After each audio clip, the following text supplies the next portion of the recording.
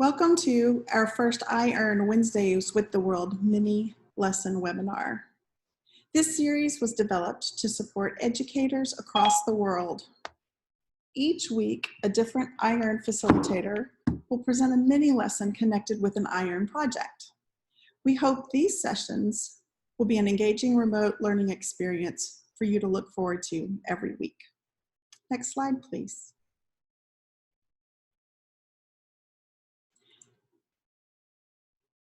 My name is Connie Rensink, and I'm the Director of Global Education and Outreach at iEARN-USA.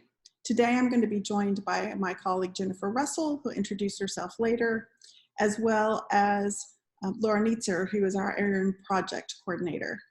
We'd also like to take an opportunity just right now to recognize the rest of our ed team, Nicole Weitzer, Rashana Nabi, and Alexander Levin-Epstein, for making today possible. Our team is excited to have you join us for the next hour. But before we jump in, we wanted to take a moment to share a few tips about participating in the webinar and making sure this experience is as smooth as possible for you. As some of you are already doing, please continue to use the chat box to engage with others, but please make sure that your messages are set to all panelists and attendees so everyone can see your comments. If you have a question, you can click the Q&A or you can type them in the chat box directly as we go along, and we'll be sure to answer them by the end of the webinar. Next slide. But first, we'd like to get a sense of who is joining us today. So if you'll please introduce yourself in the chat box and give us your name, where you're joining us from, and your professional role.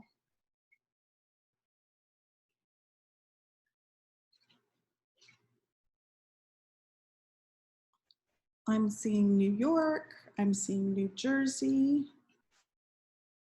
I saw Hedgeville, West Virginia.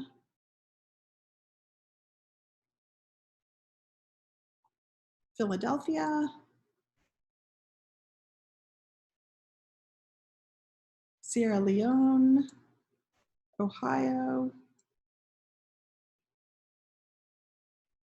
Thank you so much for sharing. We're glad that you're here. Next slide. So here's an overview of what we're going to be doing today. After a brief introduction, Laura Nietzer will give the My Hero mini lesson. Following that, Jennifer is going to share some tips for online teaching and learning, and we'll have some time for your questions. Finally, we will share a special iEARN-USA membership opportunity, and we'll close out today's webinar with telling you about what's coming up next week in our session then. And next slide, please. Laura Nietzer has been a member of iEARN since 2010, and her 4th and 6th grade students participated in many iEARN projects. Laura has attended and presented at numerous iEARN global conferences, including Canada, Taiwan, Brazil, Morocco, and Virginia. After teaching for 30 years, Laura recently retired from teaching and continues to be active in iEARN. She is the facilitator for the My Hero Learning Circles and the My Hero Call to Action project, and is one of our iEARN-USA Global Education Ambassadors. Laura is now the Education Outreach Director for the My Hero project, working with teachers and students globally. Laura, take it away. Next slide. Thank you, Connie, for having me here today. I hope you can all hear me. So today we have a tutorial for students on how to write a 3-paragraph expository essay. Register on the My Hero website and use their Create program to write their essay. As the world rallies together through this pandemic, the reality and comfort of humanity's goodness really is shining through. The My Hero Call to Action project gives us an opportunity to celebrate and honor a hero helping others during the coronavirus outbreak. This hero can be anyone, and no matter where we live, there are people helping others during this pandemic, and the My Hero Project wants to honor these individuals and groups. Next slide, please.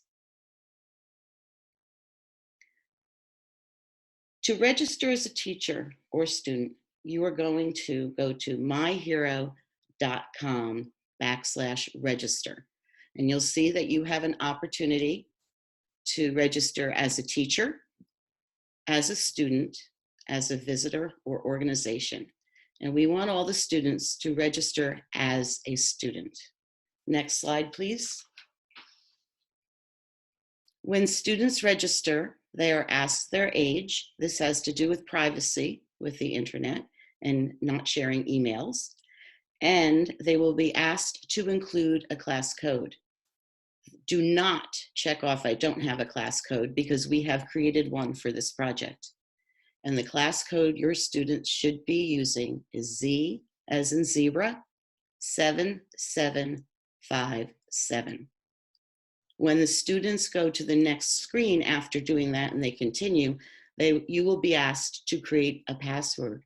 Students, please choose one you will remember. Use one you use for your school work. Next slide, please. When you are writing an essay, the first step is to participate in some pre-writing activities. In this case, I'm going to ask you to take a couple of minutes to brainstorm who in your community is a hero helping others during the coronavirus. This can be people you know, or someone you've heard about, or even a group that's helping. So we're going to take 2 minutes now for brainstorming. So for those of us in the webinar, please share the chat to share your ideas of who's a hero during this coronavirus. Students, you can brainstorm on your device or a piece of paper. So let's do some brainstorming now.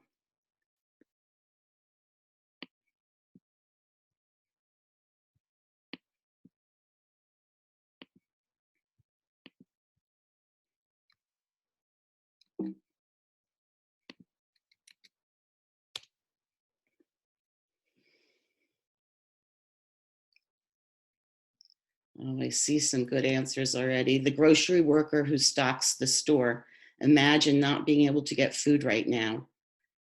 Somebody's cousin works in the ER at a hospital. Medical field, grocery stores, cooks in schools providing food for our students. People who are making masks, working in the food service and distribution. So important.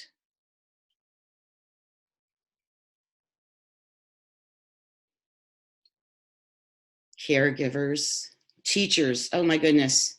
Such a hard thing to do right now with the changes of the teachers. You are all my heroes. Anyone still working, definitely our police officers or any other first responder. Colleagues,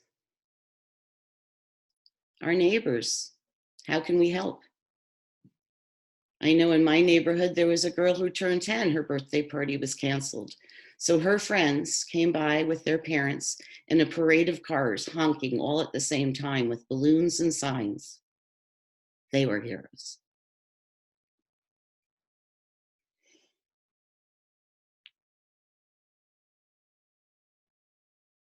Thank you so much. These are such great ideas. And students, what you would do now is to look over your list and choose who is your coronavirus hero. Next slide, please. So what is an expository essay? An expository essay uses evidence to support an idea. So you will be writing an expository essay. The evidence you use will show how the person you choose is a hero, helping others during the coronavirus. This evidence should be actions your hero has taken and the impact this hero has had on others. Next slide, please. So how do you write a 3-paragraph essay about your hero? First, you have to choose your coronavirus hero. And then you have to come up with reasons on why that person is a hero. That is the main idea for your essay. This answers why the person you chose is a coronavirus hero. Now, for some students, you may be calling this Your thesis statement is also the main idea of your essay. Now, I know not everyone will be writing a 3-paragraph essay. Maybe your teacher is sharing this with you because they want you to write about a coronavirus hero. You can write 1 paragraph about your hero, or younger students can even draw a picture and write a sentence or 2 to submit. Another option that I will share at the end is to write a couple of sentences about your hero to post in our guest book. Next slide, please. So the structure of a 3-paragraph essay is: 1, you have an opening paragraph. You introduce the subject, in this case, your hero, and your main idea, which is why they are a hero, which can also be called a thesis statement. The second paragraph is what we would call a body paragraph. You are going to support your main idea of why this person is a hero with details, descriptions, and examples. And then the third paragraph would be your closing paragraph. You want to restate your thesis statement or your main idea from your opening paragraph in a new way, summarize your evidence, and end with a larger truth. A larger truth is just another way of explaining to everyone why this person is so important and a hero. Now, if you're writing a 1-paragraph, you'd introduce your subject, why he or she is a hero, giving supporting details, and don't forget the concluding sentence. If your teacher wants you to write a 5-paragraph essay or longer, follow their instructions for the structure of your essay. Next slide, please. So I have written an essay as an example. It's a short essay about my sister-in-law. So I want to share the opening paragraph. This is where you introduce the subject and your main idea. My hero is my sister-in-law, Mary Ann. She is an amazing mom to her 4 children, completing her nursing degree after she had her children, and is now working with coronavirus patients in a major hospital in New York State. You will notice I introduced my subject, Mary Ann. She's my sister-in-law. And what's my main idea? She's an amazing mom and is working and a nurse and works with coronavirus patients. Now it's time to get more detailed. Next slide, please. So this is your body paragraph. This is where you support your main idea with details, descriptions, and examples. Mary Ann always wanted to be a nurse. However, becoming a mother slowed her down. Once her 4 children were in school, Mary Ann went back and completed her nursing degree. Now, during this coronavirus crisis, Mary Ann leaves her house at the crack of dawn and returns home 14 hours later. In order to keep her family safe, after doing a shift at the hospital, she bleaches her shoes, takes off her scrubs, and showers before seeing her children. And she does all of this while taking care of her 4 children. So I think that is an example of supporting my main idea that Mary Ann is a hero during this coronavirus with details and examples. How hard she worked to become a nurse, the fact that she's a great mom to her 4 children no matter what, and the fact that she's caring for others during this coronavirus. Next slide, please. So now you go to your closing paragraph, your last paragraph. This is where you restate your main idea in a new way and summarize your evidence and give an ending. There are many people who are helping others during this pandemic. It takes a special person to put themselves at risk to help others. Mary Ann is that type of person. I respect what she's doing for others and admire how she is able to balance being a nurse during this pandemic and being a wonderful mom to her children. This is why Mary Ann is my hero. I restated my main idea in a new way. I didn't just write the first paragraph again. Mary Ann's my hero. I summarized the evidence. She's helping others during the pandemic. and she's a great mom at the same time. I hope this example helps you realize how to structure those 3 paragraphs. Next slide, please. Now, let's review the structure of a 3-paragraph expository essay. You need to write your opening paragraph. This is where you introduce your subject, your hero, and your main idea. Then you write your second paragraph, the body paragraph. Support your main idea with details, descriptions, and examples. And in the closing paragraph, you restate your thesis statement, or in this case, your main idea, in a new way. Summarize your evidence and give it a great last sentence. A reminder, your teacher may want you to write 1 paragraph or a 5-paragraph essay, or even longer, depending upon your class. Follow their instructions for the structure of your essay. Now, if you are showing this video to your students, it would be at this point that you would want to pause the video. Or students, if your teacher has shared this link with you and you are watching it on your own, please pause because it is time to do some writing. Now, before we move on to the next slide, I want to talk a little bit about the writing process. We already did our pre-writing. That was the brainstorming. When you are going to write, you need to brainstorm a little bit first. That may be just thinking of ideas, doing a web, whatever helps you. And then the next stage of the writing process is to draft your essay. So this is when you write your first paragraph, your second paragraph, and your third paragraph. After writing them, you go back and revise your essay. You want to see if maybe you need more detail. Maybe you repeated a word too often. Maybe you can rewrite a sentence to make it more powerful. Maybe there's a detail you forgot in your body paragraph. That's called revising. After revising, what you do is you edit.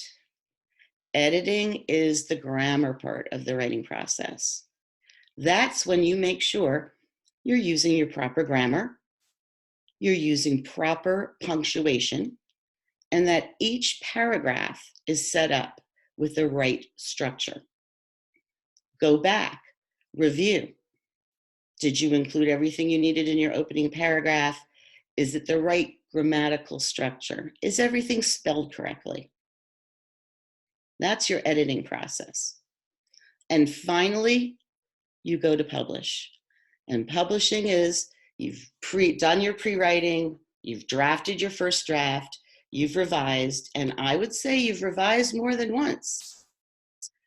You've checked your grammar, you've edited, and now you're ready to publish. Next slide, please. So for my hero, we have a create program. So you would go to the My Hero website and you would go to myhero.com/create. And you will see here that you can submit different mediums to My Hero. You could submit stories. Your essay is a story. You can submit artwork. You can submit film on video. And you can submit audio. You can read stories. You can create original songs. You want to submit the medium of a story. So if you are doing that, you need to click on story. However, if you are submitting a picture you have created of your hero and then just written a couple of sentences, this is where you would choose art as the medium to submit your artwork. And don't forget to include your sentences as to why that person is the hero and follow the instructions. Next slide, please. So you've clicked on story, and this is your first create a story page on My Hero. We already know who you are because you've created, an account. If for some reason you have left My Hero and come back in, you might have to log in again, and that would be on the top right-hand side of the My Hero homepage. You would see an icon, and you click on it, and it would give you that chance. But chances are you're still logged in. So when you start your text, the first thing you have to do is to write the name of your hero. Who is your coronavirus hero? Type that in first. That would be considered your page title. We don't need any other title. We would need the name of your hero, or if you knew of a group and that's who you were writing about, the name of the group. Then you have to select your hero category. You click on that underneath hero category, and you select community as your hero category, because we really want to know who in your community are the heroes. We know there are people in government who are also heroes who are trying to keep us safe, but we're more interested in celebrating the heroes in our own community for this particular call to action project.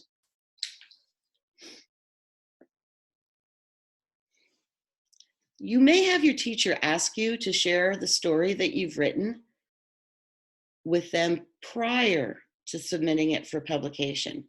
They may want to give you a grade, so you can certainly do that and then make changes. And you can cut and paste right at the bottom where it says add, edit paragraphs. Now you can also create your essay right here. However, it's a little harder to go through all the steps of the writing process if you're doing it all on the My Hero website. So I recommend that you've done it off the website in Word or a doc, and then just cut and paste it right in there when you are ready and you are done with the writing process. Next slide, please. Now, if you have an image of your hero, you can upload it in the next step, but you do not have to include an image. And I want to warn you, if you have a picture, this is someone you know, someone who shared their picture with you, that's perfect. You know that you can use that picture. But if you upload an image from the internet, it has to be from the public domain. That gives you permission to use it. If you're not sure if the image is from the public domain, please do not use it. We will not accept it. You don't need one. So once you upload from your computer, so you may have to scan it and download it into your computer, you need to write a caption. So the caption would be the name of the person or group and the credit. So if you took the picture, you get the credit. If the person that you're writing about shared a picture with you of them and they took the picture, they get the credit. If you got it on the public domain, there's still someone who took that photograph. They've just given you permission to use it. So you need to credit them. Again, if you're not sure how to do this out of the public domain, please get a picture of the person yourself or just leave this part out. It's all right. Next slide, please. So now you're getting to the credits of who wrote this essay. We only want you to fill in your first name. We don't need to know your last name unless that's important to you. When I taught my 4th and 6th graders, I always had them only write their first name. And for writer location, just fill in where you live. If you're in the United States, put the town and state. If you're from another country, the town or city and the country. That's the last step before previewing it. And please look it over carefully. This is a writing piece that you want to be proud of, and you may even want to share it with your hero when you're done. So when you've completed your essay, you're going to submit it to My Hero, where it will be reviewed prior to being published. If you are not finished, you've gotten interrupted during this process, just click on Save and Finish Later. So if you're ready to submit, you hit the Ready to Submit button. If you want to save and finish it later, you may do that. Often, you will get a second screen just making sure that you want to submit that essay for publication. Same thing if you're submitting a piece of artwork with a few sentences, you will go through the different stages of submission, and you will get the same type of message prior to putting it out for publication. Are you ready to submit? If you are, please submit it, but please make sure if you get a second prompt asking you, are you sure, that you say you are so that it's submitted. A few of my students sometimes forgot that part. Next slide, please. So during this time of coronavirus, let's think about the people who have helped us. My Hero is a multimedia educational global website celebrating the best of humanity. And right now, we have some best of humanity in our midst. People who are helping others, teachers who are teaching. I talked about the guest book for My Hero. If for some reason you have students or friends or family who would like to honor someone but don't want to write an essay, or maybe that's not appropriate for them, please go to myhero.com/guestbook/index. Here you have the opportunity, excuse me, to give a shout out to someone. It's another way to share. So I think we had gone through before how some of our heroes, and if you don't mind, what I'd like to do is just quick go back to chat. And if you have any questions about using this and you're attending the webinar, I would love to answer that for you. Thank you, Faye. This is a great way to reflect on what is truly a hero. In today's world, so many people think a celebrity is a hero, and I'm not saying that there aren't celebrities who do wonderful things, but not all heroes are famous. Many of our heroes amongst our community are not famous. All we have to do is open our eyes and take a look. And it is important, you are right, Krista, to focus on the positive right now. It's a difficult time for us and our students, and there are people doing good, and we should concentrate on that. And I agree. I would be really pleased if I saw some of these children really realizing that their parents are juggling a lot of balls. Maybe some of them are, most of them are working from home now. Their children are going to school distance learning from home. You're trying to keep everyone in one place. Look for the helpers. Absolutely look for the helpers.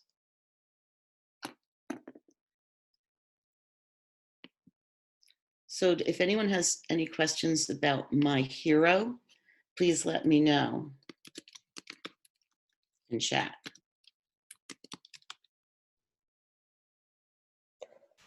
Thanks, Laura, for the great mini lesson from the My Hero project. I hope many students follow these great writing guidelines and submit their My Hero stories in the coming weeks. So thank you so much for sharing. Continue to chat in the chat box about My Hero, and we'll also loop back at the end for more questions as well. So for now, let's go to the next slide, please.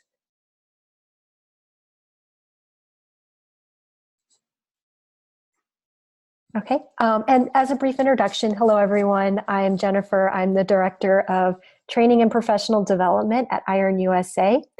As part of our Wednesdays with the World webinar series, we will be sharing activities, strategies, and tips for online teaching and learning from the iEARN community. So iEARN has more than 30 years of experience in supporting teachers, students, and facilitators around the world to connect online, build friendships, and engage in collaborative learning related to their content skills and standards.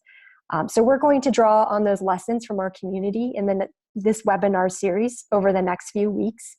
And today's feature topic is building online community. And we're going to focus in on how do we stay connected and feel a sense of community while we are at home. So drawing on lessons from the iEARN network on building a global online community, we'll share tips and activities to help teachers and students feel more connected with one another, whether connecting as a class, school, or in a global project. So I encourage you to share your tips and ideas in the chat box as we go along, as you've been doing for this webinar session. So let's go to the next slide. Great. We'll start with a few notes to keep in mind before we look at some activities for building online community. So as we transition to online teaching and learning, the first strategy is really just to be open and to invite ideas from other teachers, students, parents that you're connecting with in online learning. So for most of us, this is not the first time that we are interacting with others online, but perhaps the first time we're doing so in an educational context. So encourage students to use their creativity, draw on their online experiences with their friends, and share their ideas for online lessons. So having a say in learning creates a sense of ownership. So students, youth, speak up and share your ideas with your teachers.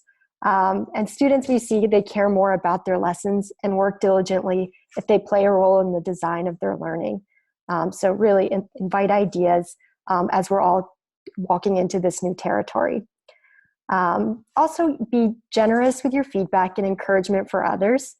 So in iEARN, we have a golden rule for collaboration in our online forums. And the golden rule goes, respond to 2 other messages for each message that you post. And this ensures the dialogue is ongoing. It's a back and forth exchange and not just a series of one-way messages posted by learners going out there. It's also criticized to emphasize the responsibility that we all have, students, teachers, to respond to comments, questions, media, information that is being shared as we're with our peers online. As in any relationship, it's a give and take. So be really generous with your feedback in this time and support while we transition to online learning. The next strategy I wanted to highlight is on balancing technology tools. There are a great many tools out there for supporting online learning, some that your school uses, some that you or your students may want to try out. And be mindful of what tools you use and for what purpose. How access can vary. Some homes may have access to some tools and not others. And how you can transition activities between different tools. In the next few weeks, we'll look at some strategies for making the most of synchronous connection tools like Zoom, Skype, and also asynchronous connection tools, perhaps forum discussion, or where you're posting your assignments.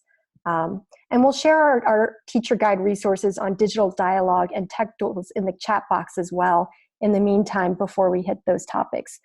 But please do plan for a balance of your tools and clear communication about which one you're using.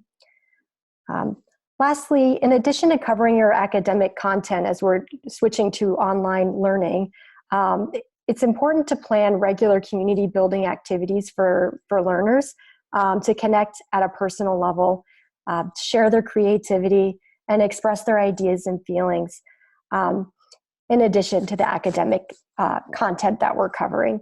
So we're going to look at a few community building activities that are for starters, and they're used by iEARN classrooms to help set the stage for a positive and productive online community.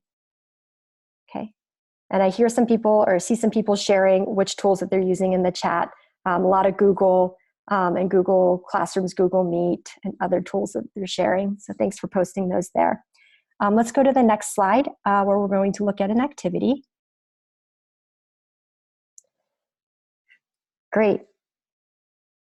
Okay, so when starting an iEARN project, teachers and students in our network have created their own class guidelines for how they will learn and connect with global partners.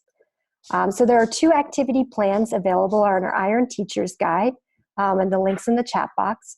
the creating class guidelines and online dialogue lessons. And these may be helpful for you as you transition to online learning. And so before we take a look at the overview of the activity, I have a few questions I'm going to pose to you. So when you start a new school year, do you start the year with setting expectations, guidelines, and rules for the community practices for the class? If you do rule setting at the beginning of the year, do your students get to set the rules for how they will learn together? Or students that are following along, are you ever asked to set the rules for how your class will learn? So as classes transition online, it may be helpful to revisit these class rules and norms that you start at the beginning of the year and think about how they translate in an online learning context. So in these activity resources, you'll see an outline of steps that guide your students in creating their class guidelines that I think are great for setting up and revisiting for online learning. So it's pretty simple. You can ask your students to think of 6 to 8 guidelines for their best behaviors or practices for an online class. Be sure to prompt your ideas for how to have effective online learning, how to have meaningful discussion online, and how to be safe and respectful in online contexts. And students can discuss how issues such as privacy, bullying, or language relate to their online activity. So do encourage students to think about what new guidelines they might create for their class as they are online. Okay. And then with the whole group, you want to review your guidelines that the students have come up with. Ask students to explain why they think they're important, and then identify and create a list of new guidelines for your class and create a positive working agreement. So we suggest using do's instead of don't statements. For example, I will respect others' comments online rather than no bullying. So this is just a great activity to do to adjust to a new setting and engaging youth in sharing their ideas with how they can have a respectful and productive online learning experience. You'll also see as well, there's buddy contracts available. Many iEARN participants around the world, they've developed their guidelines into a buddy contract to hold one another accountable. So this is pairing students in buddy pairs to help each other stay in the bounds of positive online work. For example, a buddy contract might include a statement like, I will ask my classmate to change the discussion format or the tone of their message to be respectful or appropriate.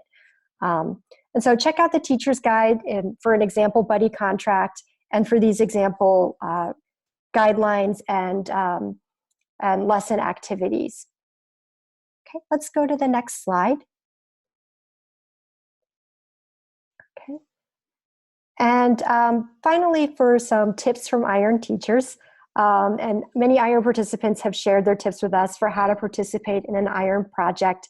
And I think this advice translates for our current situation as we're all adjusting to online work, online school, online learning. One of our iEARN project facilitators shared 2 tips with us. The first one is to be patient. It takes time with everyone's busy schedule for people to complete activities, or there may be connection issues, or we're all struggling to learn in new formats. So always remember to be patient. The second is don't afraid to suggest ideas. True collaboration works when everyone shares their ideas. So as mentioned before, I think we all have great new ideas for how we can connect with one another. Students have great ideas for how to leverage tools. So share them with the group and make your ideas heard. Another iEARN teacher has shared with us that there are many different ways to do the same project, but you have to find what works for you. And I think we'll find the same as we're adjusting to online learning. You'll find many activities out there for building a community online. Try a few out and follow what works for you and for your class or for your community. And finally, be confident and initiate connections and seek help from others. We all have creative ideas and much to learn from one another as we connect online. Let's go to the next slide. If today's topic of building online community sparked any ideas from you that you'd like to try, please leave a comment in the chat box. And I know there was a lot of chat going on as we were talking about tips and tricks, so we'll scan back through as well in the Q&A. In next week's Wednesdays with the World, we'll take a look at video conferencing tips and tricks for supporting online teaching and learning. Please let us know if there's any topic or question you would like us to address in a future tip session of our webinar series.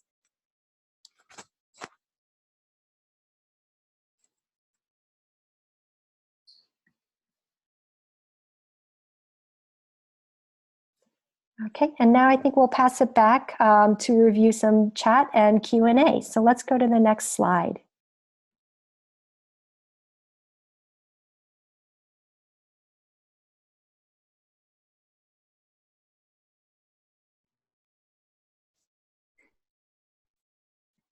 Okay, so any questions, please put them in the chat box. I'll ask other panelists who may have been following the chat if you saw a question pop up that you'd like to highlight. Jen, one of the questions I heard was that many students keep showing up or disappearing in sessions because of connectivity issues. And so those technical problems interfere with an online class. Do you have any suggestions of how to handle that or what you could do to help support that? Sure, that's a great point, a great question. I think that's something that all of us are facing in the classroom situation or in the work context as well, that will get interrupted and maybe drop out. And so how do you keep the continuity of learning? So we will be focusing on Zoom and video conferencing in particular next week and diving deeper into that topic for when you're synchronous and dependent on video and real-time connection. And the following week, we'll be looking at how to strengthen some of the asynchronous communication that you're doing. So that way you're not as dependent on everybody being at the same place, same time, same virtual place, same time. So I think it is a balance of tools. And so you have your synchronous, your Zoom, your Skype, whatever you're using for that live real-time connection for your lesson. But how are we balancing the other tools that we're using when there are problems? That way we can have good follow-up, assignment sharing, giving feedback. So we'll dive into those a bit more in the next 2 weeks. But I would definitely recommend a balance of tools and not all that rely on everyone to be at the same place at the same time. And recording sessions as you're noting in there as well, so that they can go back and watch the recording as we're doing today. Mm-hmm.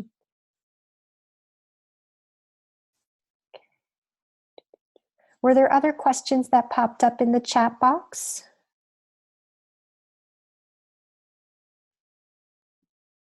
Jennifer, I noticed that Jose wrote that Zoom has been disallowed for use with students within his district. And I think that has come from a few other places. Maybe we could just take a moment. Absolutely. And this is something to be mindful of as you're balancing your technology tools, is what's allowed, what's recommended by your school or district, what's not allowed. There are many different platforms out there that do similar things. So while Zoom is may be disallowed, is there another platform? Google has a Google Hangout feature.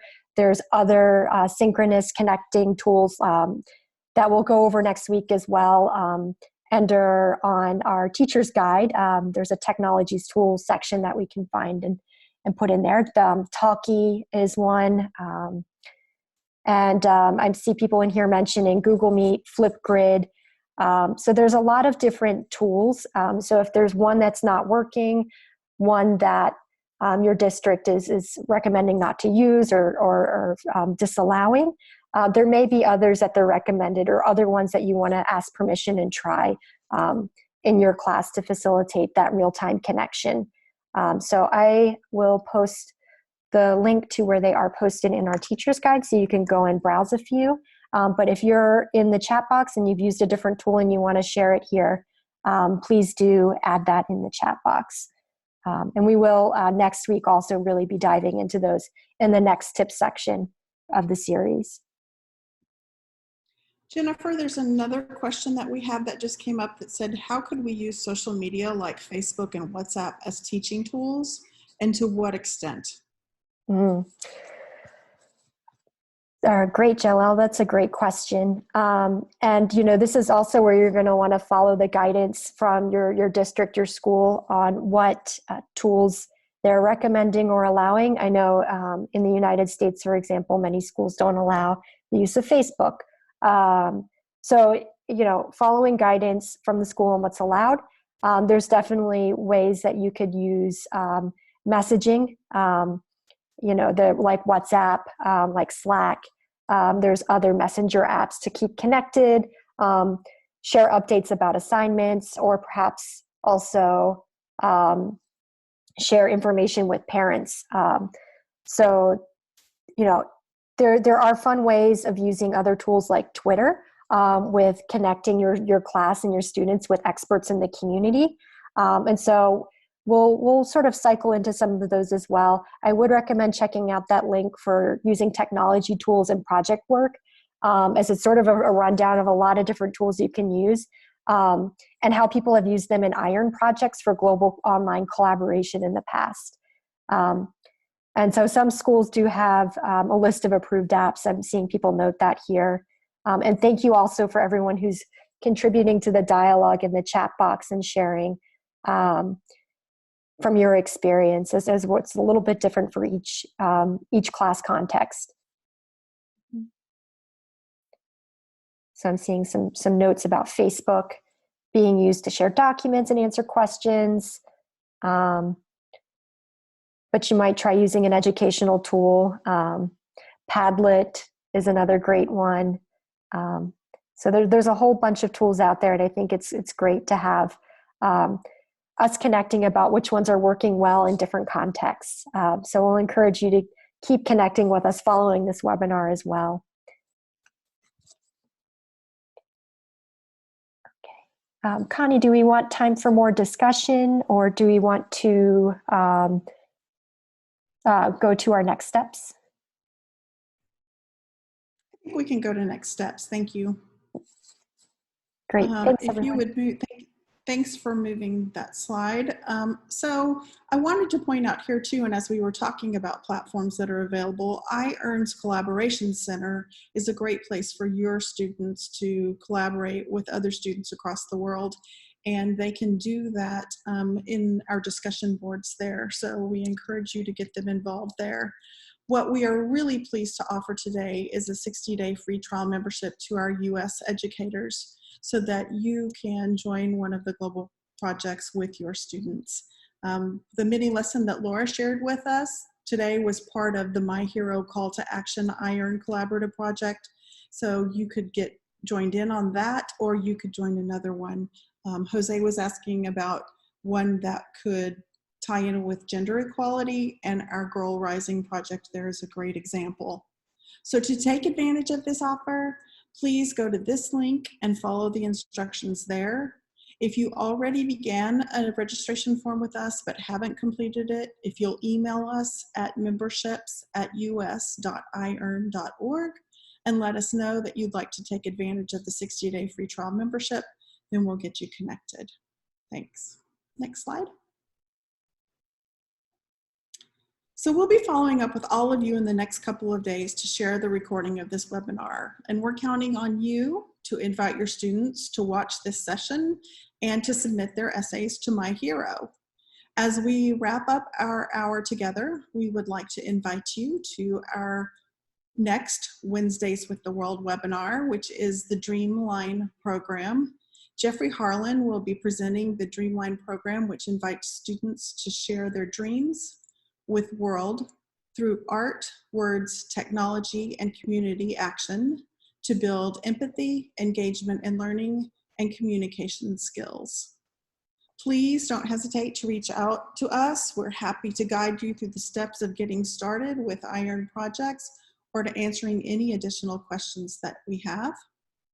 And also, thank you so much for joining us. We look forward to supporting you and your students in your global work. I'm really looking forward to connecting with each of you, and thanks again for coming.